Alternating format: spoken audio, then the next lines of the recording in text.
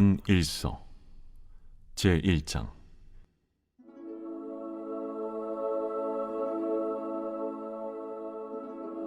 태초부터 있는 생명의 말씀에 관하여는 우리가 들은 바요 눈으로 본 바요 자세히 보고 우리의 손으로 만진 바라. 이 생명이 나타내신 바 된지라.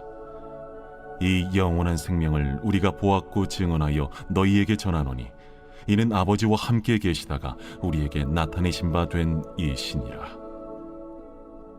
우리가 보고 들은 바를 너희에게도 전함은 너희로 우리와 사귐이 있게 하려 함이니 우리의 사귐은 아버지와 그의 아들 예수 그리스도와 더불어 누림이라. 우리가 이것을 쓰면 우리의 기쁨이 충만하게 하려 함이라. 우리가 그에게서 듣고 너희에게 전하는 소식은 이것이니 곧 하나님은 빛이시라. 그에게는 어둠이 조금도 없으시다는 것이니라.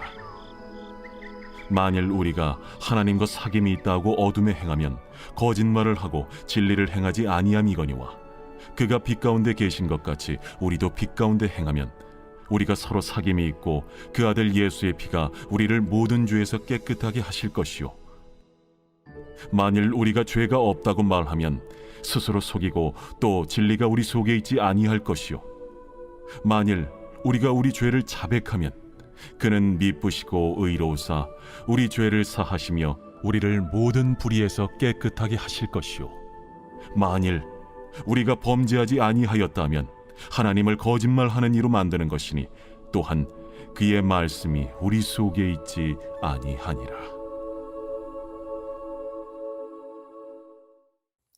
할렐루야. 오늘 우리에게 주신 하나님의 말씀은 요한일서 1장 1절부터 10절까지 말씀입니다. 오늘 말씀의 제목은 정직함의 선물입니다. 제가 어릴 적에 읽었던 미국 초대 대통령인 조지 워싱턴의 전기는요, 저로 하여금 새로운 다짐을 하게 해주었습니다. 조지 워싱턴이 소년이었을 시기에 어느 날 조지 워싱턴은 집안에서 날카로운 도끼를 발견하고서는 그 도끼가 정말 잘 드는지 안 드는지를 시험하고자 정원에 있는 아버지가 아끼는 나무를 찍어서 베어버립니다.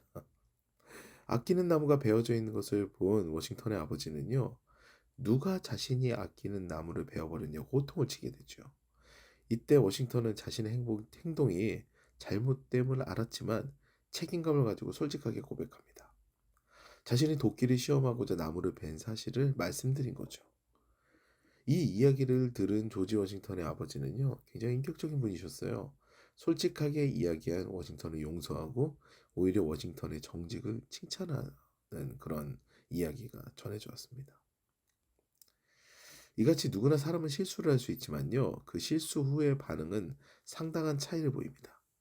자신의 실수를 가리고자 거짓으로 그 실수를 덮으려는 자는 결국에는 드러나서 망신을 당하기도 하고요, 오히려 망신을 각오하고 실수를 고백한 자는 그로부터 자유해집니다.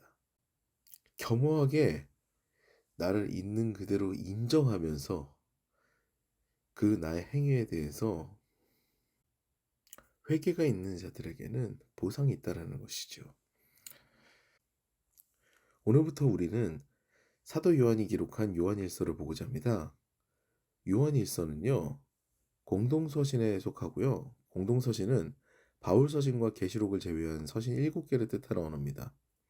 그중 요한일서는요, 그 당시 문제가 되었던 그노시스파의 가르침, 즉 영지주의의 교리를 조목조목 반박하면서 참된 교리적 사상을 이야기하기 위해 서술된 책이죠.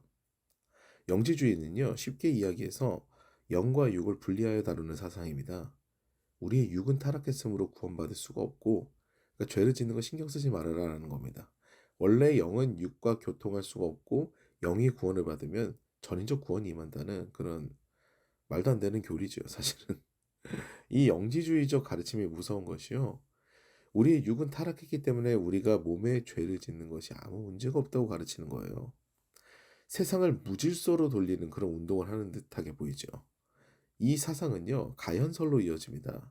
가현설은요, 예수께서는 겉보기에만 사람이었지 원래는 영으로 오신 분이시다. 그렇기 때문에 육체로 이루신 그 십자가 사건은 우리에게 구원으로 작용되지 않는다. 이렇게 가르치는 게 가현설이에요.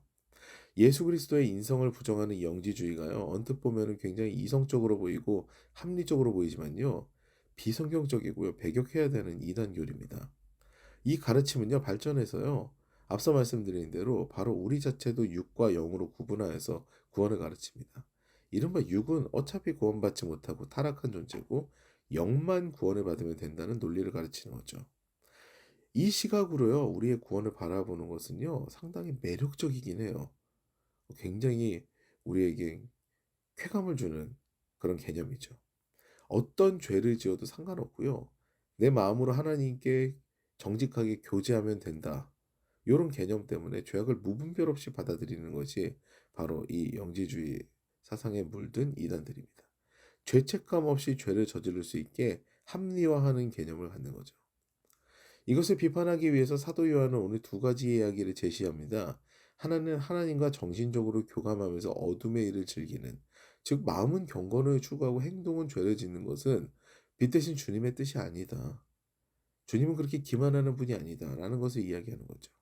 또한 우리가 스스로 죄가 없다, 육체와 영혼을 분리하여서 스스로를 당당하게 여기면 예수 그리스도의 십자가 사건, 그 구속적 은혜가 우리와 상관이 없다라는 다소 무서운 이야기를 합니다. 제가 좋아하는 말씀이 오늘 본문에 있는데요. 바로 9절입니다. 거의 주제에 해당되죠. 만일 우리가 우리 죄를 자백하면 그는 미쁘시고 의로우사 우리 죄를 사하시며 우리를 모든 불의에서 깨끗하게 하실 것이요. 아멘입니다. 우리가 겸허하게 빛에 거하려고 애쓰고 우리의 죄성을 인정하며 주님께 모든 죄악을 고할 때 그때 하나님께서는 전부 우리의 죄악을 용서하시고 우리를 깨끗하게 하신다는 말씀입니다. 사랑하는 여러분, 우리는 우리의 운명을 스스로 결정짓지 못합니다. 우리는 그런 마이드갓이 아니에요. 그만큼 연약한 존재이죠. 그러므로 우리는 늘 겸허하게 하나님께 나아가야 됩니다. 십자가 은혜가 아니면 우리는 구원을 받을 수가 없고요. 정신적으로만 하나님께 나아가고 육체는 마음대로 죄를 지어도 된다라는 그런 이단의 논리는요, 우리에게 혼란만 가져갑니다. 마음과 행동은 일치가 되어야 되는 것이죠. 마음이 빛에 거하기를 애쓴다면요, 행동 또한 빛에 거해야 됩니다.